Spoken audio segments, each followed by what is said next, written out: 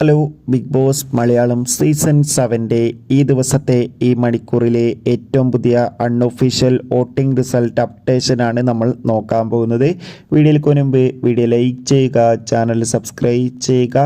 ഈ വരുന്ന ഓഗസ്റ്റ് മാസം അങ്ങോട്ട് ധാരാളം ചിത്രങ്ങൾ OTT റിലീസ് ചെയ്യും. നമ്മുടെ ചാനൽ ഭാഗം പരിശോധിച്ചാൽ ആ വീഡിയോയ്ക്ക് നിങ്ങൾക്ക് കാണാൻ വേണ്ടി സാധിക്കുന്നതായിരിക്കും.